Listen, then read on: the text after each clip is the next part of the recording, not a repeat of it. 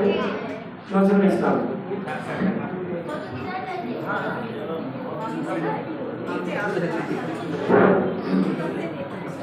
السلام عليكم ورحمة الله وبركاته. أعوذ بالله من الشيطان الرجيم.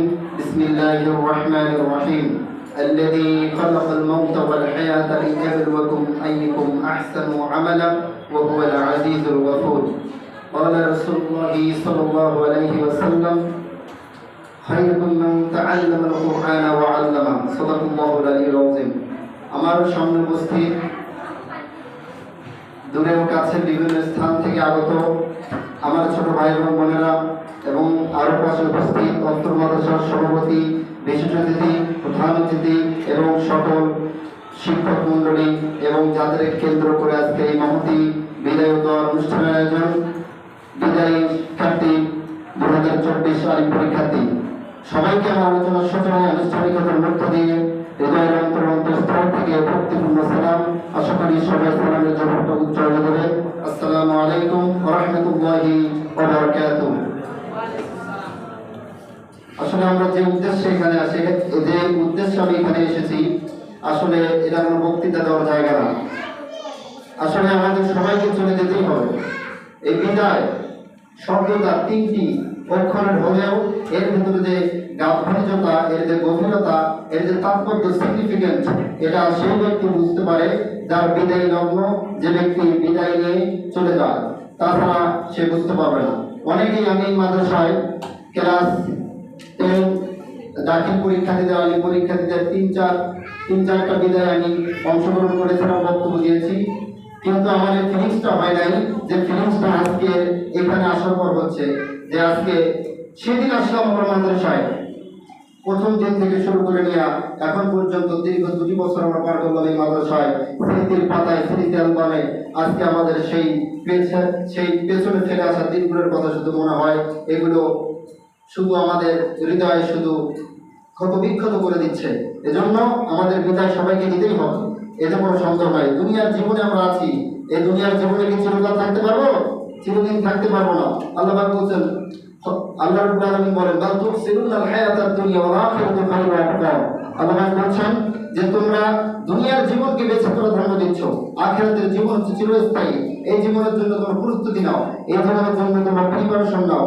এই যে আমরা পরীক্ষার জন্য কত প্রিপারেশন, এদের কত কোচিং এর আয়োজন, কত কিছু করা হয়, তাও আমরা কি বলতে পারবো যে পরীক্ষায় কোন প্রশ্ন আসবে? আমরা কি বলতে পারবো? কেউ বলতে পারবো না। কিন্তু কবরে যে আমাদের প্রশ্ন হবে, এগুলো কিন্তু আল্লাহ রাব্বুল আলামিন আগেই আমাদের জন্য ফাঁস করে দিয়েছেন। সুবহানাল্লাহ বলি। এজন্য আমরা চেষ্টা করব সেই কোরআন হাদিসের প্রকৃত জ্ঞান অর্জন করার জন্য। আমরা আগে আলহামদুলিল্লাহ বলি, কারণ আল্লাহ রাব্বুল আলামিন আমাদের মা বাবার মাধ্যমে আমাদের এই মাদ্রাসায় এসে কোরআন হাদিসের জ্ঞান অর্জন করার তৌফিক দান করেছেন। মাদ্রাসায় যদি না আসতাম তাহলে বুঝতেই পারতাম না যে এই জায়গার পরিবেশ কেমন, এই জায়গার পড়ালেখা কেমন। আসলে যারা জেনারেলে আছে তারা কি বুঝতে পারবে যে মাদ্রাসার পড়ালেখা কিরকম? বলতে পারবে? বলতে পারবে না। এজন্য আমরা শুকর আদায় করে যে আমরা কোরআন হাদিসের জ্ঞান অর্জন করতে পারছি, মাসাল সম্পর্কে আমরা ধারণা করতে পারছি, এজন্য আমাদের শুকর আদায় করতে হবে বেশি বেশি। আল্লাহ পাক বলেছেন, লাইন শাকারতুম লাআযীদান্নাকুম ওয়া লাইন কাফারতুম ইন্না আযাবি লাশাদীদ। আল্লাহ বলেছেন, বান্দা তুমি যদি আমার নিয়ামতের শুকর আদায় করো, তোমাকে যা নিয়ামত দিয়েছি তা দ্বিগুণ দ্বিগুণ বাড়িয়ে দেবো। আর যদি নিয়ামতের নাশুকর করো তাহলে জেনে রাখো, ইন্না আযাবি লাশাদীদ, আমি আল্লাহর পাকড়াও, আযাব, পানিশমেন্ট বড় করা। আমি আল্লাহ ধরি না, ধরলে কিন্তু ছেড়ে দেই না। এজন্য আমরা কোরআন হাদিসের জ্ঞান অর্জন করার চেষ্টা করব। আমি আর একটা কথা বলে শেষ করে দিচ্ছি, সেটা হচ্ছে সবার উদ্দেশ্যে বলছি, যে কথা বলবো আল্লাহ রাব্বুল আলামিন সর্বপ্রথম করে আমাকে আমল করার এবং সবাইকে আমল করার তৌফিক দান করে। আমরা বলি আমিন। যে কথাটা বলতে চাইছি সেটা হচ্ছে একটা লাইন, সেটা হচ্ছে অধিকাংশ মানুষ, মোস্ট অফ দ্য পিপল, অধিকাংশ মানুষ মারা যায় হচ্ছে 25-এ। কত মারা যায় সবাই একটু বলতে হবে, কত মারা যায়? অধিকাংশ মানুষ 25 বছরে মারা যায়, কিন্তু তাদের কবরটা হয় 75 কিংবা 70 বছর বয়সে। এই লাইনটা আমি ব্যাখ্যা দিচ্ছি। মনে করেন যে অধিকাংশ আমাদের বোনেরা যারা এসেছেন, বিশেষ করে তাদের ক্ষেত্রে, এবং আমার যুবক ভাইরা যারা এসেছেন সবার উদ্দেশ্যে বলছি, সেটা হচ্ছে আমাদের লাইফে অনেকের স্বপ্ন আছে না? নাই? অনেকের স্বপ্ন আছে, ডাক্তার হবো, ইঞ্জিনিয়ার হবো, বক্তা হবো। অনেকের লাইফে অনেক স্বপ্ন থাকে, অনেক ড্রিম থাকে। এই ড্রিম যদি তার মারা যায়, মনে করেন একজন মেয়ের, তার অনেক স্বপ্ন, সে ডাক্তার হবে, কিন্তু হঠাৎ করে তার প্রেমিক চাপে তাকে বিয়ে দেওয়া হলো, এরকম হয় কি হয় না? এরকম হয়। তার স্বপ্ন কিন্তু ওখানে মারা গেল। আপনার স্বপ্ন মারা যাওয়া মানে আপনি বাকি লাইফটা যে কাটাবেন, আপনি কিন্তু অনেক কষ্টে কষ্টে ধুকে ধুকে আপনার লাইফ চলে যাবে, ঠিক না? আপনার স্বপ্ন মারা যাওয়া মানে আপনি মারা গেলেন। তাহলে আপনার স্বপ্ন মারা গেল কয় বছর বয়সে? 25 বছর বয়সে। কিন্তু আপনি মারা গেলেন ওই 25 বছর বয়সে, কিন্তু শুধু আমার জীবন্ত লাশ হয়ে থাকলেন, কিন্তু আপনার কবর তো হবে 75 কিংবা 70 বছর বয়সে। একটু বোঝার চেষ্টা করি। আমরা যারা ছেলে আসি তারা আমাদের লাইফে অনেক স্বপ্ন, অনেক কিছু থাকে যে আমরা এটা হবো ওটা হবো, কিন্তু আমাদের অধিকাংশ যে সময়টা আমাদের চলে যাচ্ছে, এই সময়টা যদি আমরা নিজেকে ভালোভাবে প্রতিষ্ঠিত করতে না পারি 25-30 বছরের মধ্যে, তাহলে আমাদের স্বপ্ন মারা যাবে। স্বপ্ন মারা যাওয়া মানে আমি নিজেই মারা যাবো। আর নিজে মারা যাওয়া মানে আমি 25 বছর বয়সে মারা গেলাম, কিন্তু আমাকে কি সে 25 বছর বয়সে করতে হবে? কবর দেওয়া হবে 70 বছর বয়সে। এজন্যই অধিকাংশ মানুষ 25 বছর বয়সে মারা যায়, তাদের কবর দেওয়া হয় 70 বছর বয়সে। আমরা আল্লাহ পাক যেন আমাদের এই কথাটা বোঝার তৌফিক দান করেন। আর যে কথাটা বলতে যাচ্ছি, আমরা আজকে এখান থেকে বিদায় আসলে বলা নাই, তাহলে স্থানান্তর হচ্ছে আমাদের প্রমোশন। আমরা প্রমোশন পাচ্ছি, উচ্চভাবে এগিয়ে যাচ্ছি। সবার কাছে দোয়া চাই, বিশেষ করে আমাদের আশেপাশে আরে ম্যাডামেরা আছে, তারপরে স্যারেরা আছে, সবার কাছে আমরা দোয়া চাই। আলিম বিদায় পরীক্ষার্থীদের সকলের পক্ষ থেকে আমি দোয়া চাই। তা আপনারা আমাদের জন্য সবাই দোয়া করবেন, আমরা যেন এই মাদ্রাসাকে এমন একটা রেজাল্ট এই বছর উপহার দিতে পারি, যাতে আপনারা গর্ব করে বলতে পারেন যে 2024 সালের আলিম পরীক্ষার্থীদের ব্যস্ত ছিল এই যাবৎকার সর্বসেরা ব্যাচ। আমরা যেন সেই আপনাদের মুখ এবং সমাজের এবং দেশের এবং মা বাবার মুখ যেন উজ্জ্বল করতে পারি। আল্লাহ রাব্বুল আলামিন আমাদের তৌফিক দান করেন, আমিন। এবং সেই সঙ্গে আমি বলতে চাই, আমরা চলাফেরায় আচার আচরণে আমরা অনেক ভুল ত্রুটি করতেই পারি। নাসি আদম ফালাসি বানু, আদম ভুলে যায়, আদম ভুল করে, তাই তার সন্তানেরা ভুল করে। মানুষই ভুল করবে। ভুল যদি মানুষ না করতো তাহলে মানুষ ফেরেশতা হয়ে যেত। এজন্য মানুষ ভুল করবে। আমরা সবাই আলিম পরীক্ষার্থীদের সবার পক্ষ থেকে আমি ক্ষমা চাচ্ছি বিরতভাবে, যা সবাই আমাদের ক্ষমা করবেন এবং আমাদের জন্য দোয়া করবেন, আমরা যেন সামনের দিকে এগিয়ে যেতে পারি, আপনাদের মুখ উজ্জ্বল করতে পারি। আরেকটা কথা বলবো, সেটা হচ্ছে আমাদের সবার উদ্দেশ্য যেটা, যে মাদ্রাসায় অধিকাংশ ছাত্র দেখা যায় যে ড্রেস আপের ঠিক নাই, এরকম আছে না?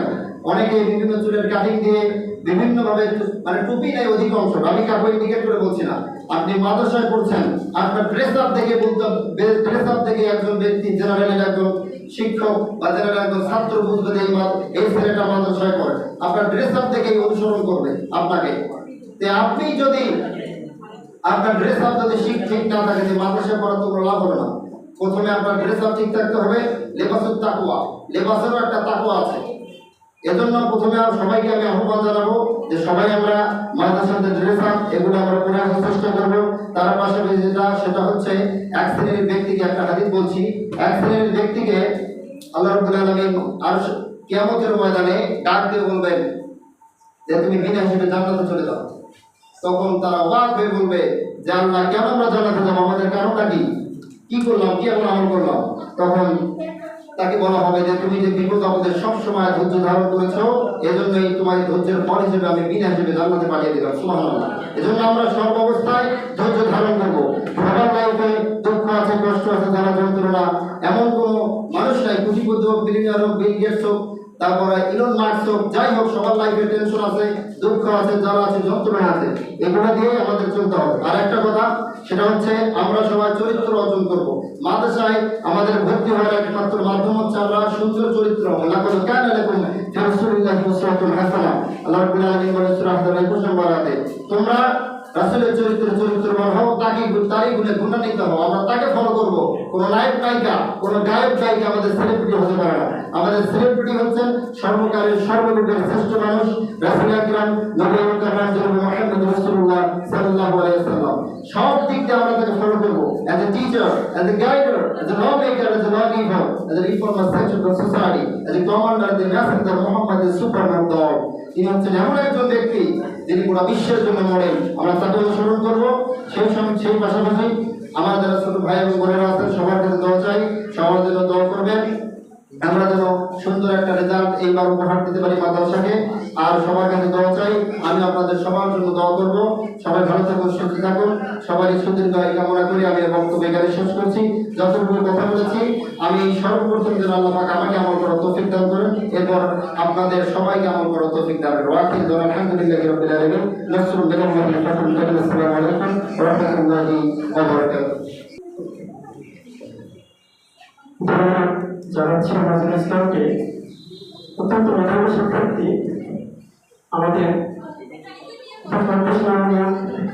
সবার বক্তব্য উপস্থাপন করার জন্য